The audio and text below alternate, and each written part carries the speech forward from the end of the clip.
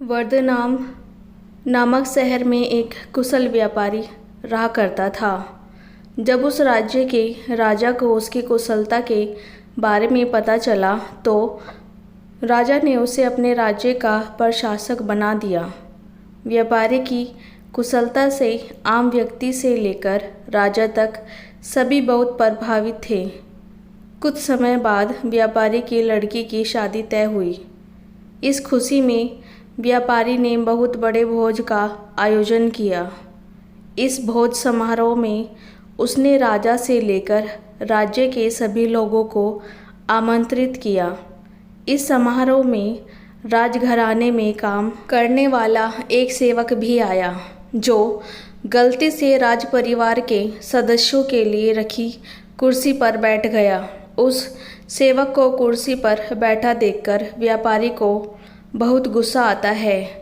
गुस्से में व्यापारी उस सेवक का उपहास कर समारोह से भगा देता है। इससे सेवक को शर्मिंदगी महसूस होती है और वह व्यापारी को सबक सिखाने की ठान लेता है। कुछ दिन बाद जब वह राजा के कमरे की सफाई कर रहा था तो उस समय राजा कच्ची नींद में होता है। सेवक मौके का फ़ायदा उठाकर बड़बड़ाना शुरू कर देता है।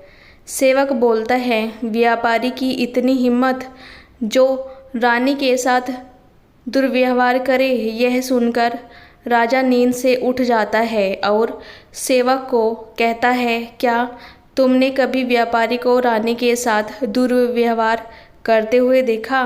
सेवक तुरंत राजा के पैरों में गिरकर उनसे माफ़ी मांगने लगा और कहता है, मैं रात में सो नहीं पाया, इसलिए मैं कुछ भी बड़बड़ा रहा हूँ। सेवक की बात सुनकर राजा सेवक को कुछ नहीं बोलता, लेकिन उसके मन में व्यापारी के लिए शक पैदा हो जाता है। इसके बाद राजा ने व्यापारी के राजमहल में प्रवेश पर पाबंदी लगाकर उसके अधिकार को कम कर दिया। अगले दिन व्यापारी किसी काम से राजमहल में आता है तो उन्हें पहरेदार दरवाजे पर ही रोक देते हैं। पहरेदार का यह व्यवहार देखकर व्यापारी को आश्चर्य होता है।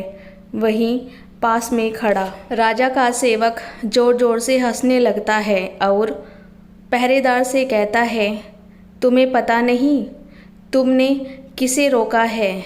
यह बहुत ही प्रभावशाली व्यक्ति है जो तुम्हें यहाँ से बाहर निकलवा सकते हैं। इन्होंने मुझे अपने भोज समारोह से निकलवा दिया था। सेवक की उन बातों को सुनकर व्यापारी को सब समझ में आ जाता है और वह उस सेवक से माफ़ी मांगता है। साथ ही वह उस सेवक को अपने घर दावत के लिए आमंत्रित करता है। व्यापारी ने सेवक को बड़े विनम्र भाव से भोज कराया और कहा कि उस दिन जो भी किया वह गलत था। व्यापारी से सम्मान पाकर सेवक खुश होता है और कहता है, आप परेशान न हो, राजा से खोया हुआ सम्मान आपको जल्दी वापस दिलाऊंगा। उसके अगले दिन राजा जब कच्ची नींद में होता है तो सेवक कमरे की सफाई करते हुए फिर से बड़बड़ाने लगता है और कहता है कि हे भगवान, हमारे राजा इतने भूखे होते हैं कि गुड़सल खाने में स्नान करते हुए खीर खाते रहते हैं। इस बात को सुनकर राजा नींद से उठकर सेवक से क्रोध में कहते हैं, मूर्ख सेवक, तुम्हारी इतनी हिम्मत कि तुम मेरे बारे में ऐसी बात करो। राजा के क्रोध को देखकर सेवक पैर में गिरकर माफ़ी मांगता है और कहता है, महाराज, रात को मैं ठीक तरह से सो नहीं पाया, इसलिए कुछ भी बड़बड़ा रहा हूँ। फिर राजा सोचने लगता है, अगर यह सेवक मेरे बारे में ऐसा बोल सकता है तो उस व्यापारी के बारे में भी झूठ ही बोल रहा होगा। अगले ही दिन राजा ने व्यापारी को महल में बुलाया और उन्हें उनसे छीने हुए सभी अधिकार दे दिए। श्री कृष्ण कहते हैं कि हमें किसी को छोटा समझकर उनका मजाक नहीं उड़ाना चाहिए। सभी का सम्मान करना चाहिए। किसी को नीचा दिखाने से एक दिन खुद भी अपमान का सामना करना पड़ता है। दोस्तों, अगर मेरी आपको कोई भी वीडियो अच्छी लगी है तो प्लीज़ मेरे चैनल को सब्सक्राइब कीजिए और मेरे चैनल को आगे बढ़ाने में मेरी मदद